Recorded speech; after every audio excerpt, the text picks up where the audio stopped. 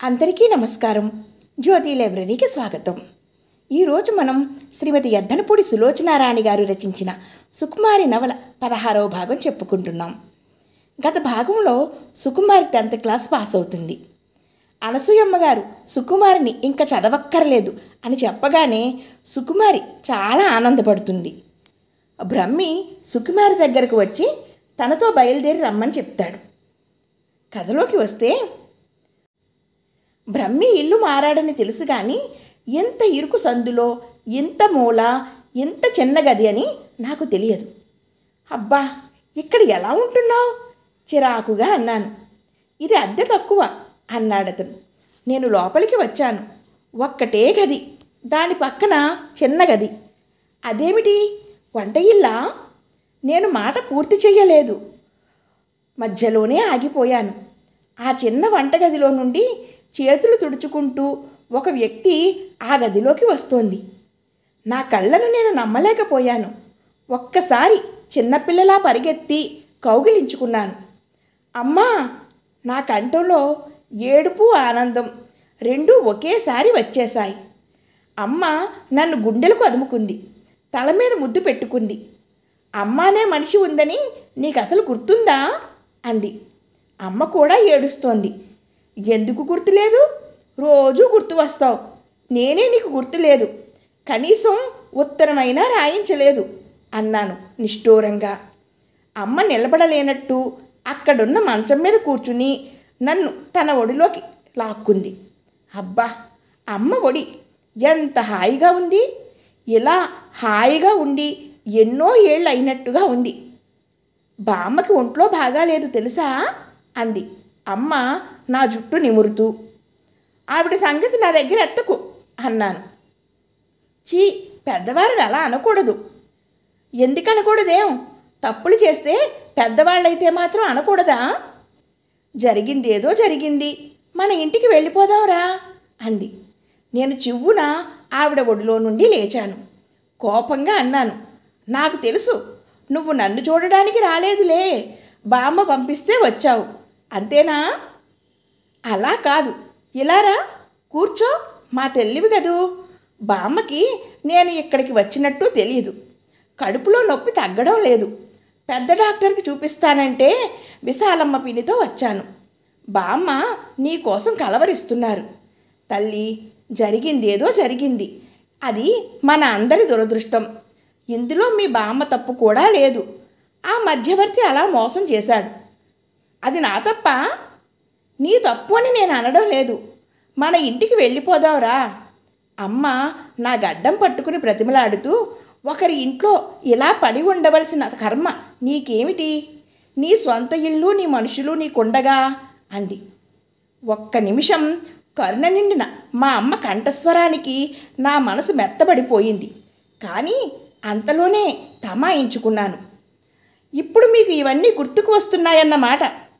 మీరు నన్ను కట్నాలు, కానుకలు, సారెలు, గీరెలు ఇచ్చి సాగనంపిన ఆ ఇల్లు మాత్రం ఒకరి ఇల్లు కాదా? అక్కడ నేను కష్టాలు పడుతుంటే, వాళ్ళు నన్ను కుక్క కంటే హీనంగా చావగొడుతుంటే మీకేమీ అనిపించలేదు. ఇప్పుడు గుర్తుకు వస్తున్నాయి అన్నీ. అమ్మా, మీరు నన్ను పంపించిన ఆ ఒకరి ఇంటికంటే ఈ ఇల్లు 1,00,000 రెట్లు నయం. అమ్మ నా 2 చేతులు పట్టుకుంది. మంచం మీద నుండి చివాలన లేచి నిలబడిన నా వైపు చూస్తూ ప్రాధేయపూర్వకంగా, ఆ మాటలన్నీ నాకు తెలియవు. బామ్మకి నీ మీద కోపంగా ఉంది. నువ్వు ఒకసారి వస్తే అదంతా పోతుంది అంది. నేను చచ్చినా రాను. ఆవిడ మీద నాకు చాలా కోపంగా ఉంది. నువ్వు ఒకసారి వస్తే అదంతా పోతుంది. నువ్వు వచ్చి ఆవిడతో అదేమిటో తేల్చుకో. ఆహా, ఆవిడనే ఇక్కడికి వచ్చి నాతో తేల్చుకోమను. నువ్వు ఈ మొండితనం మానవా? నేను మానను. అంతేనా? అంతే. బ్రహ్మి అన్నాడు. సుకుమారి, ఒక్కసారి వెళ్ళి మీ బామ్మని చూసిరా. తమరు వెధవ సలహాలు చెప్పకుండా నోరు మూసుకుంటారా? అరిచాను. అతని మీద ఎందుకే అరుస్తావు? పాపం, అతను ఏం చేశాడు? అది మా ఇద్దరి ఇష్టం, నువ్వు ఊరుకో అమ్మా. అతన్ని అటు మీ బామ్మ తిడుతోంది, ఇటు వాళ్ళ అమ్మ తిడుతోంది. ఏమిటో ఇదంతా అయోమయంగా ఉంది. ఇంటికి వెళదాంరా అమ్మ, మా తల్లివి కదూ అంది అమ్మ చేతులు రెండూ చాస్తూ. నేను వెళ్ళి ఆ చేతుల్లో ఒదిగిపోయాను. అమ్మ భుజం మీద తల ఆనించుకుని కళ్ళు మూసుకున్నాను. అమ్మని నా దగ్గర అట్టే పెట్టుకుంటే ఎంత బాగుంటుంది. వస్తున్నావు కదూ బ్రహ్మి, మేము స్టేషన్కి వెళ్తామయ్యా, పంపించే ఏర్పాట్లు చూడు అంది. నేను అమ్మ నుండి విడిపోయాను. నేను రాను అన్నాను. నాకు చాలా భయం వేస్తోంది. ఇంకా అక్కడే ఉంటే అమ్మ మాట కాదనలేనేమో. బ్రహ్మి, నేను ఇక వెళతాను, అనసూయమ్మగారు నిద్ర లేస్తారేమో అన్నాను. సుఖీ, ఎందుకే నీకు ఆవిడ సంగతి? ఆవిడకు నీకు ఏమిటి సంబంధం? ఎంత వెంపర్లాడుతావు అంది. నేను ఆవిడ కోసం వెంపర్లాడడం లేదమ్మా, నా కోసం నేను పడుతున్నాను పాట్లు. మేమింతమంది ఉండగా ఉన్నారు మీరు. ఉంటే నేను అన్ని బాధలు పడుతుంటే చూస్తూ ఎందుకు ఊరుకున్నారమ్మా? నేను నిలదీసేసరికి అమ్మ జవాబు చెప్పలేకపోయింది. సుకుమారికి కాఫీ ఇవ్వండి అత్తయ్యా అన్నాడు బ్రహ్మి. ఇప్పుడే తెస్తాను నాయనా అంది అమ్మ. నాకేం వద్దు, వెళుతున్నాను నేను. మళ్ళా అదే మాట? అమ్మ నిరాశగా అంది. ఎప్పటికీ అదే మాట. బ్రహ్మి, నాకు ఆటో తీసుకురా, నేను వెళ్ళిపోతాను అన్నాను. నేను వచ్చి దించుతాను. అవసరం లేదు, తెస్తావా? నేను వెళ్ళిపోనా? వెళుతున్నా. అతను వెళ్ళిపోయాడు. నాన్న ఎలా ఉన్నారమ్మా? బాగానే ఉన్నారు. నీతో ఎందుకు రాలేదు? ఆయనకి ఏదో పని అన్నాను. పని మంచిది, చేసుకొని నా కోసం మీ పనులు ఏమీ పాడు చేసుకోకండి. అమ్మ నా చెయ్యి పట్టి లాక్కెళ్ళి కాఫీ కలిపి తెచ్చింది. నాకు వద్దు, తాగు, నోటికి గ్లాసు అందించింది. నేను కాస్త తాగి హఠాత్తుగా అన్నాను, అమ్మా, నా గురించి నువ్వు భయం కానీ దిగులు కానీ పడకు. నేను ఇక్కడ హాయిగా ఉన్నాను. ఎప్పటికైనా నీకు కీర్తి ప్రతిష్టలు తీసుకువచ్చే పనే చేస్తాను కానీ అప్రతిష్ట ఎప్పుడూ తీసుకురాను. ఒట్టు. అమ్మ చెయ్యి అందుకుని నా తల మీద పెట్టుకున్నాను. నువ్వు ఎప్పుడైనా ఉత్తరాలు రాయించమ్మా, అడ్రస్ ఇస్తాను. డ్రాయర్ దగ్గరికి వెళ్ళి సొరుగులాగి కాగితాలు తీస్తే అవేవో రాసినవే కనిపించాయి. అవి పనికిరానివా అని చూస్తే వాటిల్లో అక్కడక్కడ నా పేరు కనిపించింది. అది బామ్మ దస్తూరి. ఆ ఉత్తరాలు నేను బ్యాగ్లో కుక్కుకున్నాను. ఇంతలో ఆటో వచ్చిన ధ్వని వినిపించింది.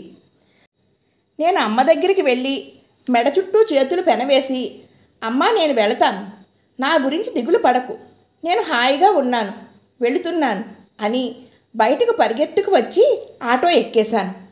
బ్రహ్మికి కూడా చెప్పలేదు. ఆటోలోనే మొదలయ్యాయి కళ్ళల్లో నీటి ప్రవాహాలు. ఇంటికి వచ్చిన తర్వాత ఏడుపు అస్సలు ఆగలేదు. బాత్రూంలోకి వెళ్ళి తలుపులు వేసుకుని ఏడ్చాను. తరువాత ఎలాగో నిగ్రహించుకుని బయటికి వచ్చాను. ఆ రాత్రి పడుకోబోయే ముందు ఆ ఉత్తరాలు చదివాను. బామ్మ, బ్రహ్మిని, ఇదంతా నీ ప్రోద్బలమే, నా మీద ప్రతీకారం తీర్చుకున్నావు అంటూ అతన్ని శాపనార్థాలు పెడుతూ రాసింది. నాకు బ్రహ్మి మీద జాలేసింది. వచ్చి మంచం మీద పడుకున్నాను. నాకు అమ్మే గుర్తుకు వస్తోంది. పాపం, ఒక్కటే నిరాశగా రైలులో ఇంటికి తిరిగి వెళుతోంది కాబోలు. అమ్మ నా కోసం ఏనాడూ చెయ్యనంత సాహసం చేసింది. నన్ను ఇంటికి తీసుకువెళ్ళడానికి ఒంటరిగా ప్రయాణం చేసి వచ్చింది, వెళుతోంది. నాకు అమ్మ నిస్సహాయత అర్థమయ్యింది. కానీ నేనేం చెయ్యను? అమ్మ అంటే నాకెంతో ఇష్టం, కానీ బాధ పెడుతున్నాను. ఆ రాత్రి చాలా ఏడ్చాను. ఏడుస్తూ చివరికి నన్ను నేనే ప్రశ్నించుకున్నాను. అసలు నేను ఎందుకు ఏడవాలి? దానికి మూల కారణం ఏమిటి? నేను శోధించుకుంటూ వెళ్ళిన కొద్దీ ఆలోచనల పేటిక తెరిచి తరచి చూసిన కొద్దీ నా ఏడుపు తగ్గసాగింది. మీకు కూడా ఇదే చెబుతున్నాను. మనకి బాగా ఏడుపు వచ్చినప్పుడు అసలు దానికి మూల కారణం ఏమిటా అని ఆత్మపరిశీలన చేసుకోవాలి. అప్పుడు ఏడుపు అనేది మనల్ని అంతగా కృంగ తీయదు. నా జీవితం ఎందుకు ఎగుడు దిగుడు అయ్యిందో నాకు తెలియదు, కానీ నేను నడక మాత్రం ఆపడం లేదు. ఇంకా కొద్ది దూరం నడిచిన తరువాత ఇంకేదైనా వెలుతురు లభిస్తుందేమోనని ఆశ. అదే ఆత్మవిశ్వాసం.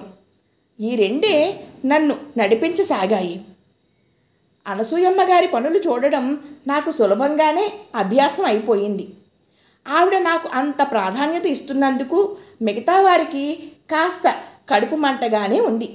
నేను మాత్రం అత్యంత శ్రద్ధతో, చాకచక్యంతో ఆమె చెప్పిన పనులు ఆమె ఊహించిన దానికంటే కూడా చాలా బాగా చేసి ఆమెను మురిపింపచేస్తున్నాను. ఈ అలవాటు నాకు చిన్నప్పటి నుంచి వచ్చిందే. మా బామ్మని కానీ బ్రహ్మిని కానీ నేను కోరుకున్న పనులు వారి చేత చేయించాలంటే నేను వారితో ఎంతో మంచిగా ఉంటాను. వారికి ఇష్టమైన సంభాషణలే చేసి, పనులు చేసి పెట్టి, మురిపించేసి నా ఇష్టం జరిపించుకునేదాన్ని. మా బామ్మ అప్పుడప్పుడు ఇది గ్రహించి ఓసి రాక్షసి అనేది. నేను ప్రస్తుతం అదే మంత్రం ఇక్కడ పఠిస్తున్నాను. నాకు అనసూయమ్మ గారి దగ్గర ఉండడం క్షేమం అనిపించింది. నేను ఊరికే ఒక ఉద్యోగిలా ఆవిడ చెప్పే పనులు చేసి జీతం తీసుకునే విధంగా లేను. ఆవిడకి నేనంటే ప్రాణం కంటే ఎక్కువగా ఉండేలా చూసుకోసాగాను. ఆమె తన పనులు చాలా వరకు నా చేత చేయిస్తున్నారని చెప్పాను కదా. ఇది భాగ్యమ్మ గారి లాంటి వాళ్ళకి చాలా కంటగింపుగా ఉంది. సుకుమారి వయసులో చిన్నైనా తెలివిలో ఆరిందా అంటూ సూటిపోటీగా ఏదో ఒకటి అంటూ ఉండేవారు. ఆ రోజు ప్రప్రథమంగా అనసూయమ్మ గారి తరపున నేను ఒక మీటింగుకి వెళుతున్నాను. జుట్టు పైకి దువ్వి ముడివేసుకుని, చీర అందంగా కట్టుకుని, ఫైల్ పట్టుకుని అనసూయమ్మ గారి ఎదురుగా వచ్చి నిలబడ్డాను. ఆమె నన్ను చూసి వెరీ గుడ్ అంటూ మెచ్చుకున్నారు. నేను వెళుతుంటే మరీ అంత నిటారుగా నడవకు, కాస్త మామూలుగా నడు అంటూ వెనక నుండి హెచ్చరించారు. నేను కాస్త పొట్ట వంచి వెనక్కి తిరిగి చూశాను. అయ్యో రామా, మరీ గూని పెట్టేస్తున్నావు అన్నారు. నేను నిటారుగానే నడవసాగాను. అసలు ఒకళ్ళ విమర్శలు పట్టించుకోకూడదు, మన దారిన మనం ఉండాలి అనుకున్నాను. నేను మీటింగుకు వెళ్ళినప్పుడు చేయవలసిన పనులు ఆంటీ క్షుణ్ణంగా చెప్పారు. నేను నా గదిలో అద్దం ముందు డ్రామాలో ఒక సీనులా అభినయం చేసి ప్రాక్టీస్ చేసుకున్నాను. ఎంత ప్రాక్టీస్ చేసినా, ఆంటీ ఎంత ధైర్యం చెప్పినా, తీరా ఫైలు పట్టుకుని కారులో వెళుతుంటే గుండెలు పీచు పీచు మనసాగాయి. ఆంటీ ఇచ్చిన ప్రోత్సాహం, ధైర్యం గుర్తు చేసుకోసాగాను. తీరా వెళ్ళిన తర్వాత చూస్తే అక్కడ నాకు తెలిసిన వాళ్ళు చాలామంది కనిపించారు. నేను ఒక్కొక్కరినే చిరునవ్వుతో ఆంటీ చెప్పినట్టే అతి వినయంగా చేతులు జోడించి నమస్కారం చెయ్యసాగాను. ఆడవాళ్ళెవ్వరూ నా చిరునవ్వుని స్వీకరించలేదు. నన్ను యగాదిగా చూడసాగారు. వాళ్ళ చూపులు చూస్తుంటే నేనేదో వేషం వేసుకుని రంగులు పులుముకుని వచ్చినట్టు, నా అసలు సంగతి ఏమిటో వారికి తెలిసినట్టు ఉంది వాళ్ళ ధోరణి. నాకు చాలా ఇబ్బందిగా అనిపించింది. ఆ ఇబ్బందిలో ముఖం మీద చిరునవ్వు ఉండకుండా పారిపోతానంటోంది. నేను అలా తికమక పడుతూ నవ్వుదామా వద్దా అని సంశయిస్తూ ఉండగా రిపోర్టు చదవవలసిన టైం వచ్చింది. నేను లేచి నిలబడి దాన్ని అత్యంత శ్రద్ధగా గడగడ క్లాస్ రూమ్లో విద్యార్థి చదివే పాఠంలా చదివేశాను. కొంతమంది బొగ్గల చెయ్యి ఆనించుకుని ప్రసన్నంగా చూస్తూ ఉంటే ఆడవాళ్ళు కొంతమంది ముసిముసి నవ్వులు నవ్వసాగారు. నేను చదవడం పూర్తి చేయగానే సుధాకర్ గారు, డాక్టర్ గారు చప్పట్లు కొడుతూ అందరూ కొట్టండి అన్నారు. అందరూ తప్పనిసరిగా చప్పుడు చేసినట్టు, వినిపించినట్టు కొట్టారు. కొంతమంది పైకప్పు కేసి చూడసాగారు. వారి ముఖాలు దేవుడా మమ్మల్ని రక్షించు అన్నట్టున్నాయి. నేను థ్యాంక్ యూ అని కూర్చున్నదాన్నల్లా టపీమని లేచి మెంబర్ మహాశైలారా అన్నాను. తన రిపోర్టు చదవబోతున్న లాయర్ గారు అంతరాయం కలిగినట్టుగా ఆగారు. నేను అందరినీ కలయజూస్తూ నేను రిపోర్టుని కాస్త బిగ్గరగా చదివి మీ చెవులకు ఇబ్బంది కలిగించాననుకుంటున్నాను, మరొకసారి మెల్లగా చదవడానికి ప్రయత్నిస్తాను అని మనవి చేసుకుంటున్నాను అనేసి లేచినంత వేగంగా మళ్ళా కూర్చున్నాను. ఆ కూర్చోవడంలో నా చెయ్యి తగిలి టేబుల్ మీద ఉన్న మంచినీళ్ళ గ్లాస్ పడిపోయింది. నీళ్ళన్నీ చింది నా పక్కన కూర్చున్న మహేశ్వరి అనే ఆవిడ చీర మీద పడిపోయాయి. చిచి, ఆవిడ జేబురుమాలతో దులుపుకుంటూ అంది. జేబురుమాలతో దులిపితే నీళ్లు పోతాయా? పాపం చీరంతా తడిసిపోయింది. ఆవిడ ఇబ్బందిగా లేచి వెళ్ళిపోయింది. భాగ్యమ్మ గారు నా వైపు కొరకొరా చూస్తూ, ఇలాంటి వాటికి రావడానికి కాస్త అనుభవం కావాలి అంది. ఆ మనిషికి అనుభవం ఎలా వస్తుంది? ప్రాక్టీస్ వల్లనే కదా అన్నాడు ఒక ఆయన. ఆయన పేరు నాకు గుర్తులేదు. ఖరీదైన సూటు వేసుకున్నారు. బట్టతల నిగనిగలాడుతోంది. నేను ఆయన వైపు కృతజ్ఞతగా చూశాను. ఆయన చిరునవ్వు నవ్వాడు. ఆ నవ్వు నేను నీ జట్టు సుమా అన్నట్టుగా ఉంది. మీటింగు అయిపోయింది. ఆడవాళ్ళు నన్ను వెలివేసినట్టు దూరంగా వెళ్ళిపోయారు. ఆ డాక్టర్ గారు, సుధాకర్ గారు, ఆ బట్టతల ఆయన వాళ్లే నన్ను రక్షించారు. సుధాకర్ కూల్ డ్రింక్ స్వయంగా తెచ్చి నాకు అందిస్తే ఆ బట్టతల మనిషి కూర్చోవడానికి కుర్చీ లాగాడు. నేను ఈ ప్రత్యేకతకి చాలా ఆనందించాను. ఇంకా 2 మగవాళ్ళు నా చుట్టూ చేరారు. వారి మధ్య ఒంటరిగా కూర్చున్నాను. అయినా నాకేం భయం వేయడం లేదు. వాళ్ళెంత మంచివాళ్ళు. నన్ను మెచ్చుకుంటున్నారు. నేను అందంగా ఉన్నానని ప్రశంసిస్తున్నారు. కొద్ది రోజులు ట్రైనింగ్ ఇస్తే ఈ అమ్మాయి బాగా మన సంస్థ విషయాలు చూడడానికి పనికి వస్తుంది అని ఒకరంటే, ఇంకొకరు అసలు ఇలాంటి చిన్నవాళ్ళుంటేనే సంస్థ చురుగ్గా నడుస్తుంది అన్నారు. నేను ఎందుకో దూరంగా ఉన్న ఆడవారి వైపు చూశాను. వాళ్లల్లో 2-3 నా వైపు చొరచొరా చూస్తున్నారు. నేను ఇంటికి వచ్చి ఆంటీకి జరిగిందంతా చెప్పేశాను. ఏం పర్వాలేదు, 1-2 సార్లు వెళితే నువ్వు వాళ్ళందరికీ తలదన్నేలా ప్రవర్తిస్తావు అంటూ నన్ను వెన్ను తట్టారావిడ. నేను కూనిరాగం తీస్తూ బట్టలు మార్చుకోవడానికి నా గదిలోకి వచ్చాను. అక్కడ దృశ్యం చూసి ఆశ్చర్యపోయాను. అక్కడ టేబుల్ మీద అల్లిక బట్ట పరిచి దాని మీద ఒక చిన్న కేకు పెట్టి ఉంది. నేను ఆశ్చర్యంగా చూస్తుంటే తలుపు పక్కన దాగి ఉన్న సునీత యువతలకి వస్తూ హ్యాపీ బర్త్డే టు యూ అంటూ పాడసాగింది. సునీత ఇంట్లో లేదు. మొన్న నాగార్జున సాగర్ వెళ్ళింది. ఎప్పుడొచ్చావు అన్నాను ఆనందంగా. ఇంత క్రితమే అంటూ ఒక గులాబీ పువ్వు ఇచ్చింది. ఇంతలో బ్రహ్మి కూడా ఇంకో తలుపు పక్క నుండి వచ్చాడు. హ్యాపీ బర్త్డే అన్నాడు మొహమాటంగా. ఇదేమిటి, ఈరోజు నా పుట్టినరోజా అన్నాను. ఆశ్చర్యంగా పరిగెత్తుకు వెళ్ళి క్యాలెండర్ చూశాను. అవును, ఈరోజు జూన్ 6వ తేదీ.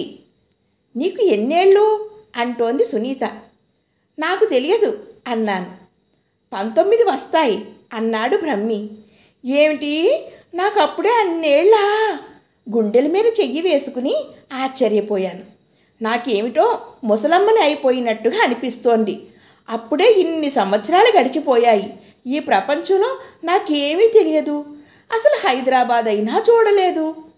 నేను అన్న తీరుకి సునీత ఫక్కుమని నవ్వింది. కొవ్వొత్తులు వెలిగించి నా చేత ఊదించింది. నా చెయ్యి పట్టుకుని కేకు కోయించింది.